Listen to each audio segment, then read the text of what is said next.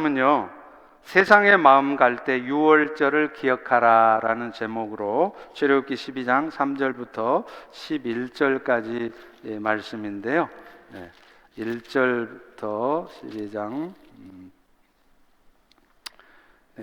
3절부터 같이 교독해서 읽겠습니다.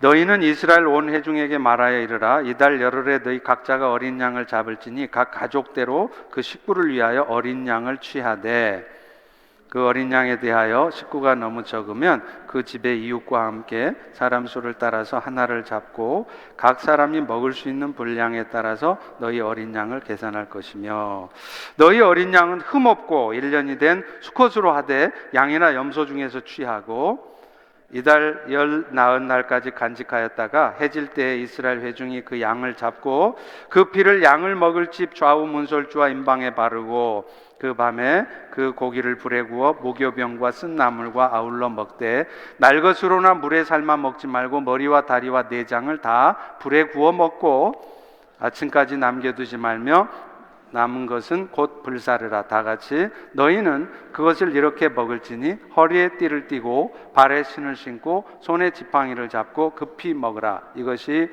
여호와의 유월절이니라. 아멘. 우리의 신앙의 출발은 성경입니다. 근데 이 성경은 우리의 믿음과 순종의 원천으로서 세 가지의 특성을 갖고 있어요. 좀 어려운 얘기인데 귀를 기울여서 들으십시오. 권위성, 그리고 완전성 혹은 충족성, 그리고 명료성입니다. 성경의 권위성이라는 말은 무슨 말이냐? 성경은 하나님께서 성경의 감동으로 기록하신 것이기 때문에 그 자체의 권위를 갖고 있다는 거예요. 여러분들이 성경을 진리로 인정을 하든 안 하든 상관없습니다. 세상의 사람들이 성경의 권위를 부인하든 인정하든 상관없이 성경은 그 자체의 권위를 갖는다는 거죠. 두 번째는요, 성경의 완전성입니다. 이것은 성경은 삼위 하나님의 존재와 그분들이 어떤 사역을 하셨는지를 나타내 주는데 완벽하다는 거예요. 그래서 성도들의 믿음과 순종의 삶을 위한 계시로서 모든 필요한 진리들을 다 담고 있는 것이지 성경으로는 부족해, 그래서 또 다른 진리가 필요해, 아니라는 거예요. 그리고 마지막 명료성이라는 것은 성경은 구원 계시로서 서로 상충됨이 없이 완벽한 조합을 이룬다는 것이에요. 이 말은 성경은 명료해서 어렵지 않아서 누구든 읽기만 하면 다 이해된다, 그 말이 아닙니다. 그 말이 아니라 성경은 신약과 구약이 완벽하게 조합을 이루기 때문에 서로 상충됨이 없이 짝을 다 이루고 있다는 거예요. 실제로 구약 성경에 등장하는 수많은 사건들이 있잖아요. 근데 이것은 전부가 다 하나의 예도 없이 인류의 구원을 위해서 오신 예수 그리스도를 미리 보여주는 거예요. 그래서 우리는 이것을 예표라는 말을 씁니다. 이 말이 무슨 말이냐? 예수님을 미리 나타낸다, 이런 뜻이에요. 오늘 우리가 본문으로 살피게 될 출애굽기 12장 13장 장자 재앙하고 유월절 사건이 있죠. 이게 그 대표적인 예예요. 애굽의 10번째 재앙인 장자 재앙과 유월절 사건을 통해서 하나님께서는 그로부터 정확히 1400년 후에 오실 메시아 예수 그리스도께서 어떻게 인류를 위한 구원 사역을 이루었는가, 이것을 이 장자 재앙하고 유월절 사건이 정확하게 완벽하게 보여주고 있다는 것입니다. 9번의 재앙에도 불구하고 이집트의 파라오 왕은 마음이 강팍해서 이스라엘 백성들을 내보내지 않죠. 그럴 때 하나님이 마지막 10번째 재앙, 장자 재앙을 내리셔요. 그게 뭐죠? 애굽의 모든 처음 태어난 것은 다 죽습니다. 사람이든 짐승이든 종이든 다 죽어요. 본문 11장 5절에 보십시오. 애굽 땅에 있는 모든 처음 난 것은 왕 위에 있는 파라오의 큰아들부터 맷돌 뒤에서 일하는 몸종의 큰아들까지 또 모든 가축에 처음 난 것은 다 죽는다. 근데 여러분 아십니까? 여기서 장자라고 하는 말이 갖는 뜻이 있어요. 장자는요, 처자들은요, 그 이후에 태어나는 모든 형제들을 대표하는 겁니다. 그렇기 때문에 장자 재앙에서 장자 한 사람만 죽지만 사실 이것은 그 이후에 태어난 모든 가족들이 다 죽임당할 것이라는 것을 상징적으로 보여주는 것입니다. 그래서 이 장자 재앙은 결국 뭐냐? 마지막 때에 예수님께서 다시 오셔서 이 세상을 심판하실 때가 되면 이 땅에 있는 모든 호흡 있는 것들은 모두가 다 영원한 죽음에 이르게 될 것이라는 것을 상징하는 것이에요. 자, 그런데 이 재앙 중에도 죽음이 임하지 않고 넘어가는 Passover, 유월하는 집들이 있었어요. 어떤 집들이었죠? 문 좌우에 임방에 어린 양의 피를 바른 집입니다. 출애굽기 12장 13절이죠. 내가 애굽 땅을 칠 때에 그 피가 너희가 사는 집에 있으면 그것이 너희를 위한 표적이 될 것이다. 내가 그 피를 볼 때 그 집에 죽음이 임하지 않고 Passover, 넘어가게 될 것이라는 거예요. 하나님께서는 이 장자 제왕과 어린 양의 피를 바른 집들에게는 죽음이 임하지 않을 것을 말씀하시면서 앞으로도 이스라엘 백성들은 이 사건을 영원히 기억하라는 거예요. 그래서 유월절 절기를 명령을 하십니다. 출애굽기 12장 14절이죠. 너희는 이 날을 기념해서 여호와의 절기를 삼아 영원히 규례대로 지키라. 이 하나님께서 지키라고 한 명령이 뭐죠? 여러분 너무나 잘 아시는 유월절이에요. 근데 이 유월절이란 뜻이 뭐냐? 히브리어로 하면 페사흐인데요, 그 뜻이 뭐냐면 넘어간다는 뜻이에요. 그러니까 모든 인간들은 다 죄로 말미암아 하나님의 진노를 받아 죽임 당할 것이 마땅한데 어린 양의 피가 발라지기만 하면 그 집에는 죽음이 임하지 않는다는 거예요. 넘어간다는 거예요. 그래서 유월절인 것입니다. 그런데요, 이 유월절은 단순히 이스라엘 백성들이 장자의 재앙을 면하고 살려진 것을 말하는 것이 아닙니다. 앞서 말한 것처럼 그 자체가 의미가 있어요. 어떤 의미죠?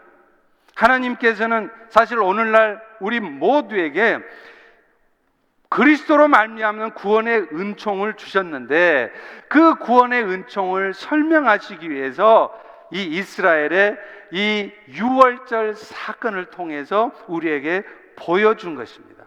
그렇기 때문에 오늘 우리는 이 장자 재앙과 유월절 사건을요, 우리하고 뭐 별 상관도 없는 중동의 어떤 나라, 이스라엘이라고 하는 나라의 어떤 역사다, 그게 아니라는 거예요. 오늘날 신약시대에 살아가는 저와 여러분 우리 모두에게 하나님께서 교훈하시는 것입니다. 그리고 그것은 여호와께서 명령하신 이 유월절의 규례를 통해서 이해될 수 있는 것이에요. 그래서 오늘 이 자리에 오신 여러분들, 이 유월절을 통해서 이 장자 재앙과 유월절 사건을 통해 하나님은 우리에게 지금 뭘 말씀하고 하시려는지 귀를 기울이시고 은혜의 시간이 될 수 있기를 축원합니다. 첫 번째요, 유월절에 잡혀서 하나님 앞에 드렸던 어린 양은요, 죄 없으신 예수 그리스도를 예표하는 거예요. 하나님은 그달 열흘에 미리 흠없는 어린 양을 지목해 두었다가 사흘이 지난 후에 그 어린 양을 잡으라 그래요. 6월 6절에 나타나지 않습니까? 너희 어린 양은 흠없고 1년 된 수컷으로 하되 양이나 염소 중에 취하고 열 나흘까지 간직했다. 그러니까 사흘이 지나도록 놔두었다가 회중 앞에서 그 양을 잡으라는 거예요. 근데 여러분 이상하지 않습니까? 왜 하필 사흘 전에 이 양을 잡아서 사흘을 지난 다음에 잡으라고 할까요? 이유가 있어요. 그 사흘 동안 이 양이 혹시 병든 양인지, 혹시 코로나 바이러스 걸려서 그 바이러스가 잠복해 있는 상태인지 아닌지 잘 살펴보라는 것입니다. 어쨌거나 하나님께서는 반드시 유월절 양은요, 흠없는 1년 된 수컷 양이었어요. 이게 뭘 의미하는지 아세요? 바로 인류의 죄를 대속하시기 위해서, 아니 여러분들의 죄 대가를 대신 치르기 위해서 십자가에 죽으신 예수 그리스도는 죄가 없으신 하나님의 아들이시라는 것을 의미하는 것입니다.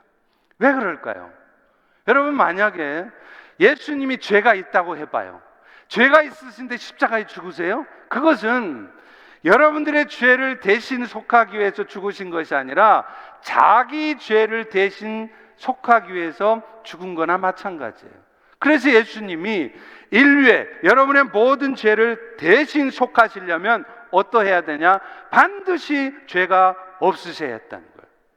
그래서 요한복음 1장 29절도 세례 요한이 이렇게 말합니다. 보라, 세상 죄를 지고 가는 하나님의 어린 양이다. 근데 여러분, 여기서 중요한 게 있어요.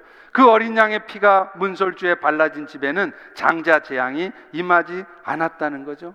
아까 우리 13절에 읽은 말씀처럼 그 피가 발라지면 그 피를 보고 하나님께서 그 집을 넘어간대요. 건너뛴대요. 죽음이 임하지 않게 하신다는 것입니다.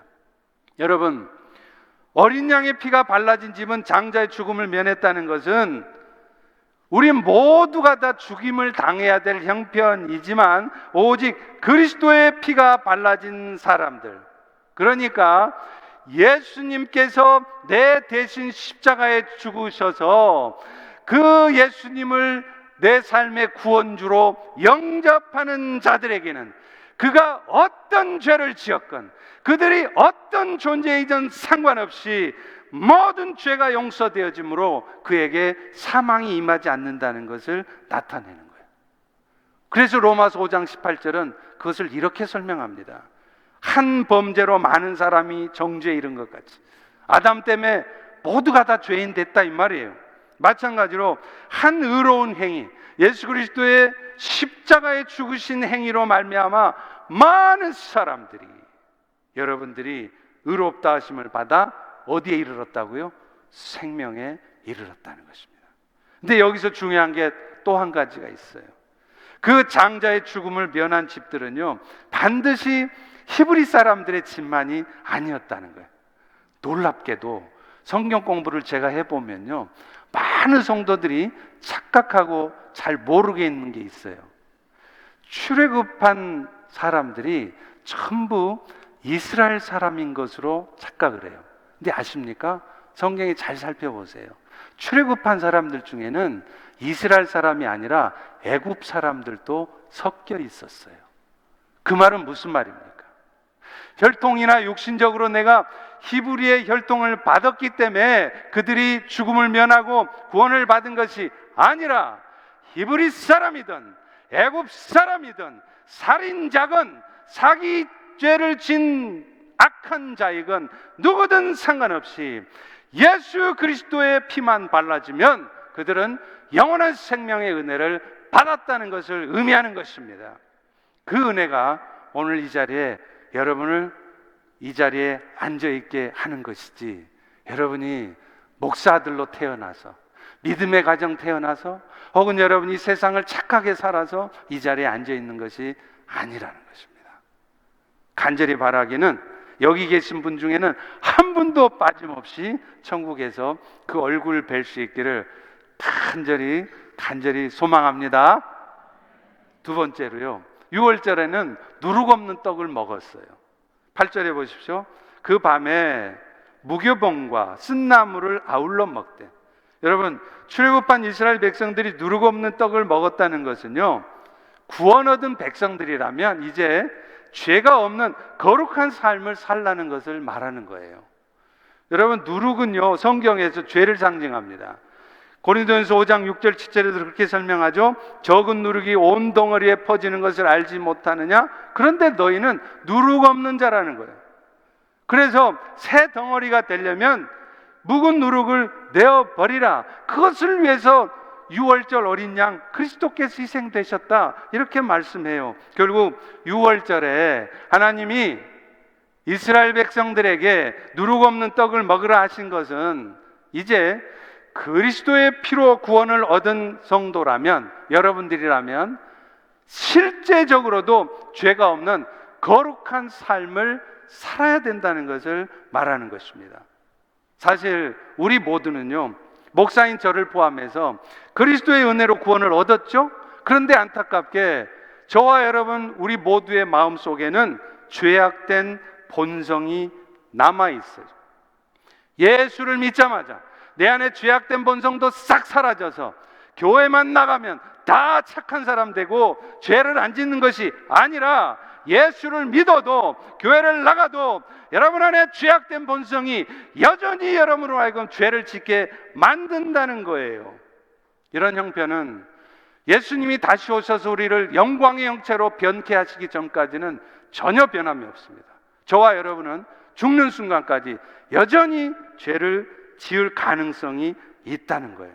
그렇기 때문에 하나님께서는 내가 너희한테 구원의 은혜를 줬으면 이제는 이전처럼 여전히 죄나 지으면서 세상 욕심 따라 살아가는 그런 삶을 청산하라는 거예요. 날마다 죄악된 본성을 이겨내며 죄와 싸우며 거룩한 삶을 살아가라는 것입니다. 이것이 여러분을 구원하신 목적이에요. 바꿔 말하면 여러분이 오늘 또 하나님의 자녀가 된 특권을 얻은 것은 여러분이 착하게 말씀대로 살아서가 아니에요. 이미 하나님의 은혜가 임한 결과 여러분은 하나님의 자녀가 이미 되었습니다. 그러면 이제 그 구원의 은혜를 기억하면서 선한 삶을, 말씀대로 사는 삶을 살라는 거예요. 그것 때문에 여러분을 건져주셨다는 거예요.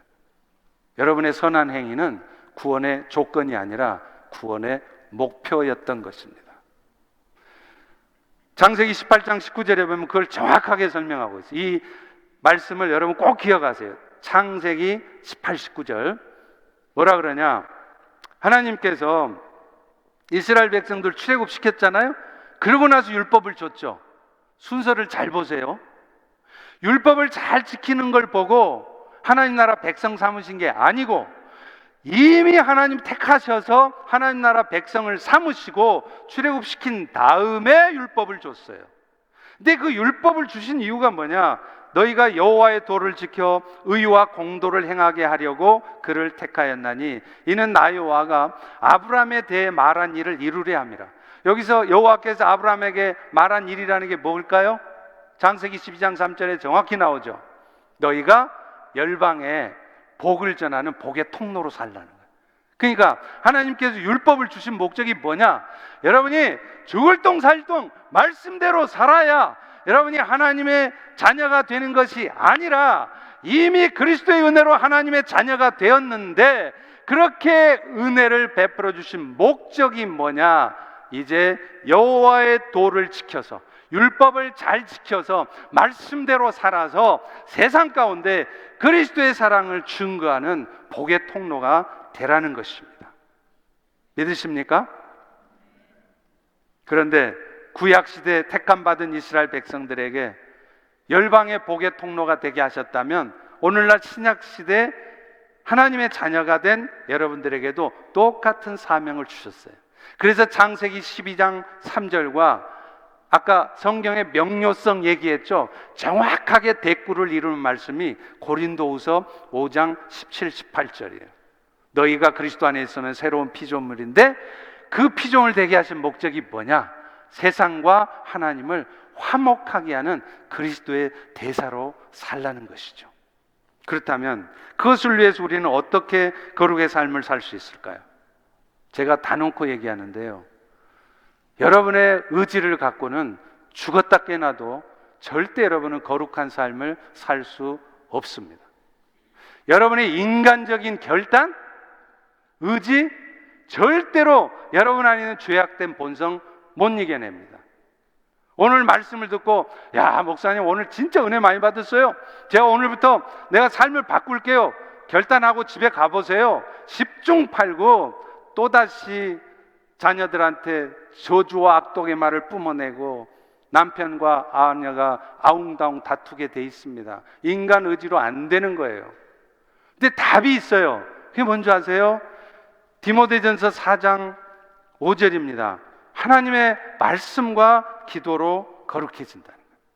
여러분, 대단히 죄송하지만 여러분이 아무리 신앙생활 오래 했어도 어쩌면 평생을 날 때부터 70, 80이 되시는 이 시간까지도 신앙생활 오래 하셨어도요, 여러분이 하나님의 말씀 듣기를 게을리하고, 그래서 끼케야 주일날 한번 딱 와서 목사님 설교 듣는 것이, 말씀 듣는 것이 전부이고, 주중에 수요 기도회건 금요 성령 터치건 토요 새벽 예배건 아무 상관없이 세상에서 열심히 살다가 주일날 한번 나와서 은혜 받으려고 하면 여러분은 절대로 거룩해질 수 없습니다.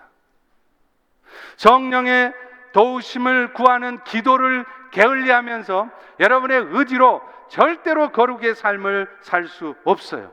그래서 그런 분들은 오히려 교회를 오래 다니셨다는 이유로 마치 자신들이 교회의 주인인 양 잘못된 주인의식을 갖고 주인 행세를 하려 들게 된다는 거예요. 주인의식 좋은 거예요. 근데 문제는 주인의식 중에는 잘못된 주인의식이 있어요. 교회의 주인은 여러분들이 아니에요. 펠로시 교회 주인은 여러분이 아닙니다. 예수님이십니다. 그런데 말씀과 기도로 늘 거룩의 삶을 사는 사람은 예수님이 우리 교회의 주인이시지, 그러면 예수님이 하시겠구만, 내가 주인 행세를 하려 하지 않는다는 거예요. 여러분, 우리 주변에 얼마나 많은 교회들이 그런 잘못된 주인의식을 가지고 주인 행세를 하는 교인들 때문에 교회가 전체가 갈등하고 분열하고 깨어지는 경우가 얼마나 많은지 몰라요. 그러므로 우리 역시 그런 교인, 그런 교회가 되지 않으려면 여러분 한 분 한 분들이 말씀을 듣기를 즐겨하시고, 그래서 금요일 오전에 성경 통독도 참여해 보시고 수요 토요 기도에 나오셔서 말씀 들으시고 열심히 기도하실 수 있기를, 그래서 6월절에 누룩 없는 떡이 될 수 있기를 주의 이름으로 축원합니다. 약속하셨습니다. 이번 주에 보겠습니다. 세 번째는요, 마지막으로 그들은 쓴 나물을 먹어야 했어요. 8절에 나오지 않습니까? 하나님께서 그들에게 쓴 나물을 먹게 하신 것은 그것을 먹을 때마다 너희가 애굽의 종되었던 시절의 쓰라린 고통을 생각하면서 이제는 세상 내 뜻대로 안 된다고 불평하고 염려나 하면서 그렇게 어둠에 빠져 살지 말고 늘 그리스도의 은혜에 감사하며 기뻐하며 살아가라는 거예요. 이것은요, 특별히 그 6월절 때 양고기를 먹되 날로나 삶아서 먹지 말라고 한 명령에서도 알 수 있어요. 9절에 보시면 이런 명령을 내립니다. 참 재밌는 명령이에요. 보세요. 6월절 양을 먹는데 니들 절대 날로 먹지 마. 또 삶아 먹지도 말래요. 왜 그런지 아세요? 왜 이런 명령을 했을까요? 이유가 있습니다. 그 당시 애굽 사람들은 이 재물을 날로 먹거나 삶아 먹었다는 거예요. 그런데 예수님께서 6월절을 지낼 때 너희들은 삶아 먹거나 날로 먹지 말고 내가 말한 명령 따라 먹으라는 얘기는 너희는 이제 세상에 살아갈 때 세상 사람들의 관습을 따라 살지 말라는 거예요. 세상 사람들이 다 하는 것이라고, 나도 해도 되는 것이라고 착각하지 말라는 것입니다. 세상 사람들이 다 자식들 좋은 대학 보내려고 맨날 애들 학교 갔다 오면 SAT 점수 높이려고 애들 달달달 볶고 앉았는데 너희들은 제발 그러지 말라는 거예요. 로마서 12장 3절에 이런 말을 합니다. 너희는 이 세대를 본받지 말고 마음을 새롭게 하라는 거예요. 그래서 하나님의 선하시고 기뻐하시고 온전한 뜻이 무언가 그거를 분별하라는 거예요.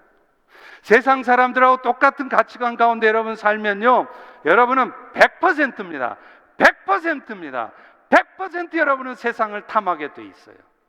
그러면 절대로 하나님의 뜻을 따라 살아갈 수 없습니다. 그래서 바울이 뭐라 그러냐?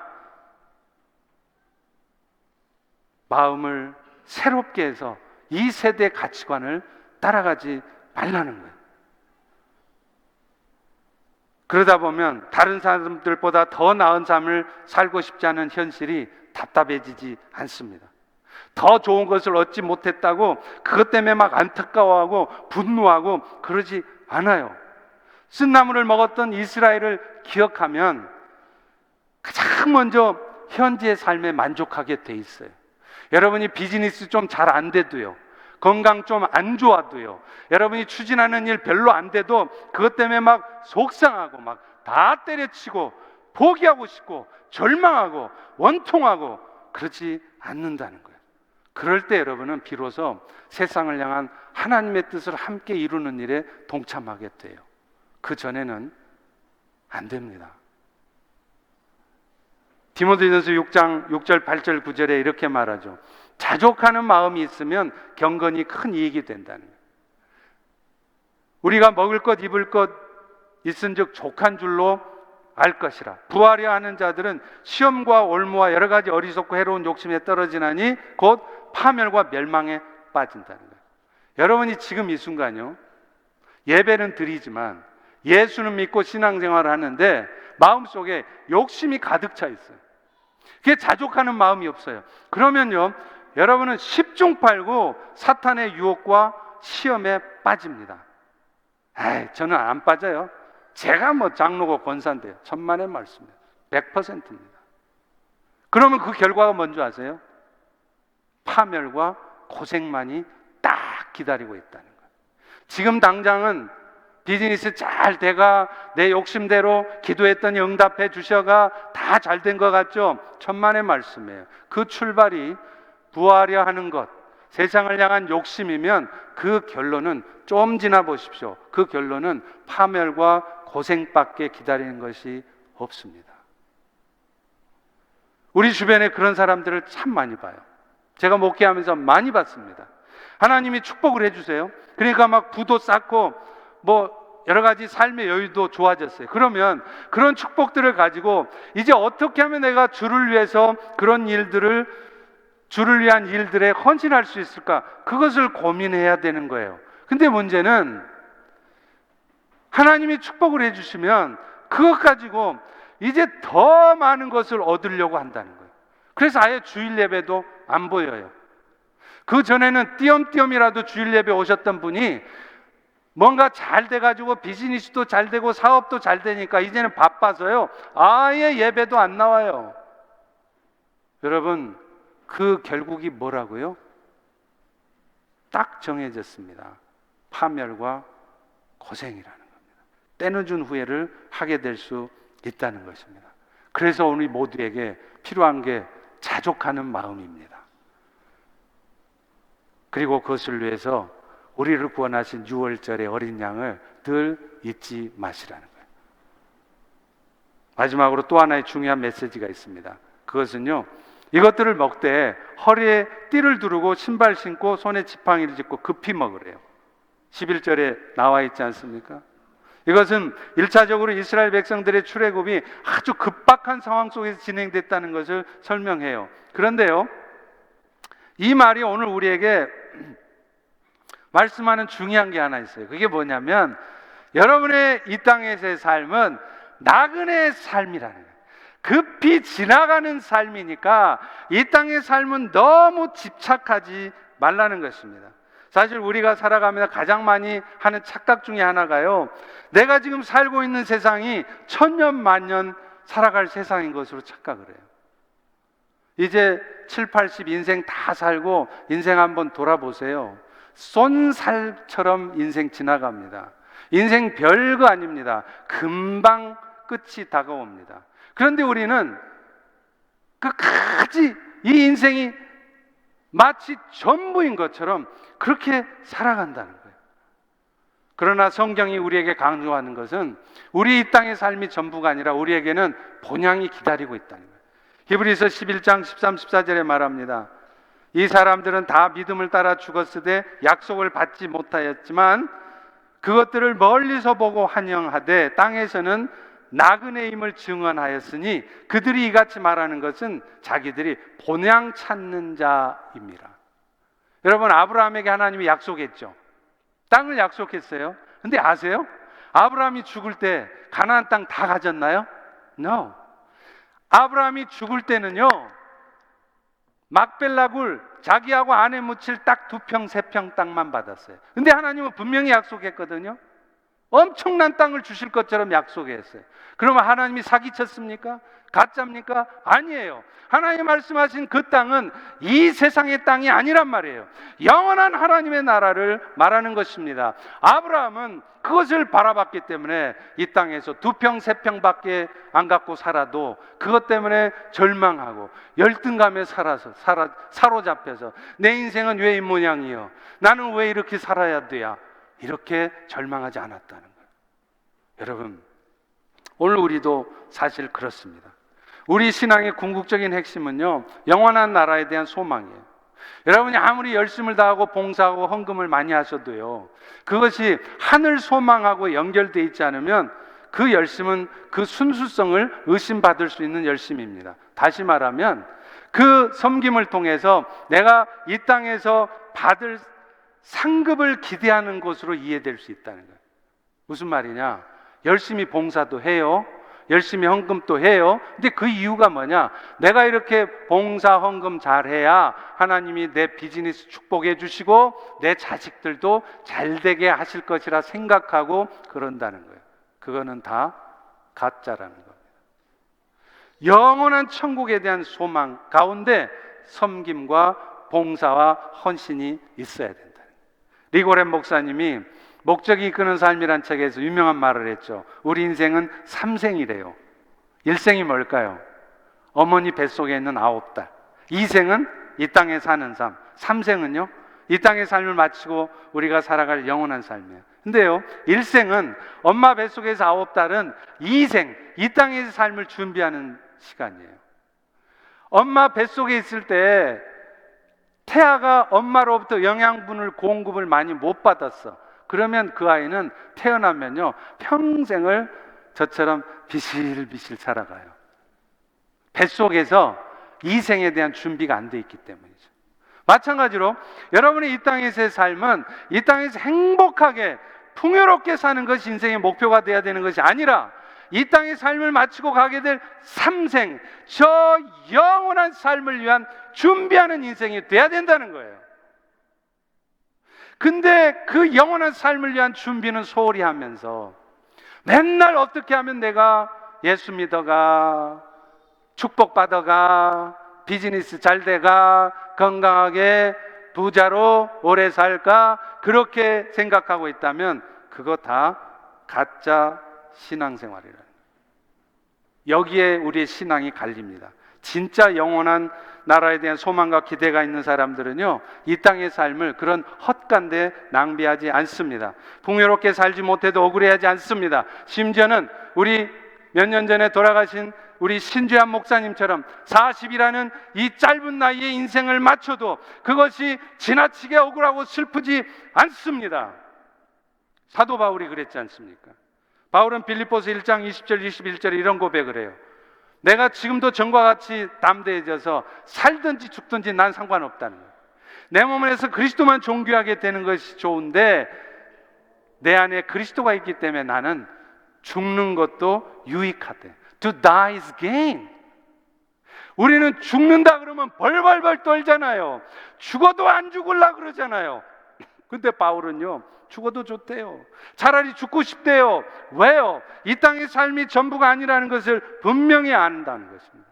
입신의 체험을 통해 천국을 갔다 왔기 때문이죠. 생각해 보세요.